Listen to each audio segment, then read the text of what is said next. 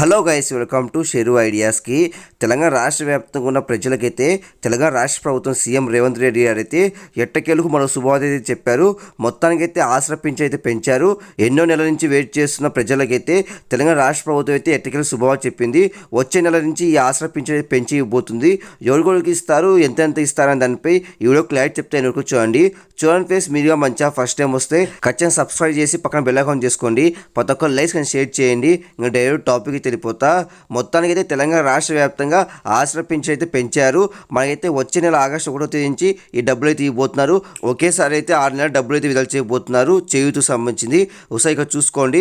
రాష్ట్రంలో చేయూత పథకం కింద పెన్షన్ పెంపునకు ప్రభుత్వం కసరత్తు చేస్తోంది. వృద్ధాప్య ఇతర కేటగిరీల పింఛన్దారులను 4,000, దివ్యాంగులకు 6,000 చొప్పున ఇస్తే ఏటా 22,000 కోట్లు అవసరమని పంచాయతీరాజ్ గ్రామీణాభివృద్ధి శాఖ అంచనా వేసింది. డిప్యూటీ సీఎం బట్టి విక్రమార్క, మంత్రి సీతక్క నేతృత్వంలో జరిగిన బడ్జెట్ సన్నాహక భేటీలో అధికారులు ఈ విషయం వెల్లడించారు. చూడొచ్చు, మొత్తానికైతే తెలంగాణ రాష్ట్ర వ్యాప్తంగా ఉన్న ప్రజలకైతే తెలంగాణ రాష్ట్ర ప్రభుత్వం శుభాలు చెప్పింది. మొత్తానికైతే వృద్ధులకు వితంతులకు 4,000, దివ్యాంగులకైతే 6,000 అయితే పెంచబోతుంది. ఇది ఏటా 22,000 కోట్లు అవసరమవుతుందని అంచనా అయితే వేశారు. మనకైతే ఈ నెల జూలైలో 22వ తేదీ బడ్జెట్ అయితే ప్రవేశపెడతారు. ఆగస్టు 1వ తేదీ ఈ ఆసరా పింఛన్ పెంచి ఇస్తారు.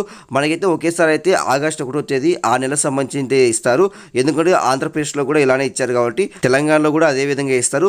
ఆగస్టు 1వ తేదీ మాత్రమే 6 నెలలకు సంబంధించిన పింఛన్ అయితే వస్తుంది. మళ్ళీ సెప్టెంబర్ 1వ తేదీ వృద్ధులకు వితంతులకు 4,000, దివ్యాంగులు 6,000 అయితే ఇస్తారు.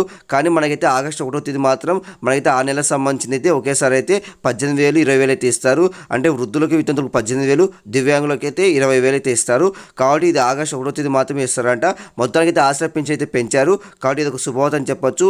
మీ ఆధార్ కార్డు, రేషన్ కార్డు అయితే రెడీ చేసుకోండి. ఆధార్ కార్డు, రేషన్ కార్డుతో పాటు ఆదాయ ధృవీకరణ పత్రం, కుల ధృవీకరణ పత్రం చూపియండి. మనకైతే ఆగస్టు 1వ తేదీ ఒకేసారి 6 నెలలకు సంబంధించి పింఛన్ అయితే ఇస్తారు.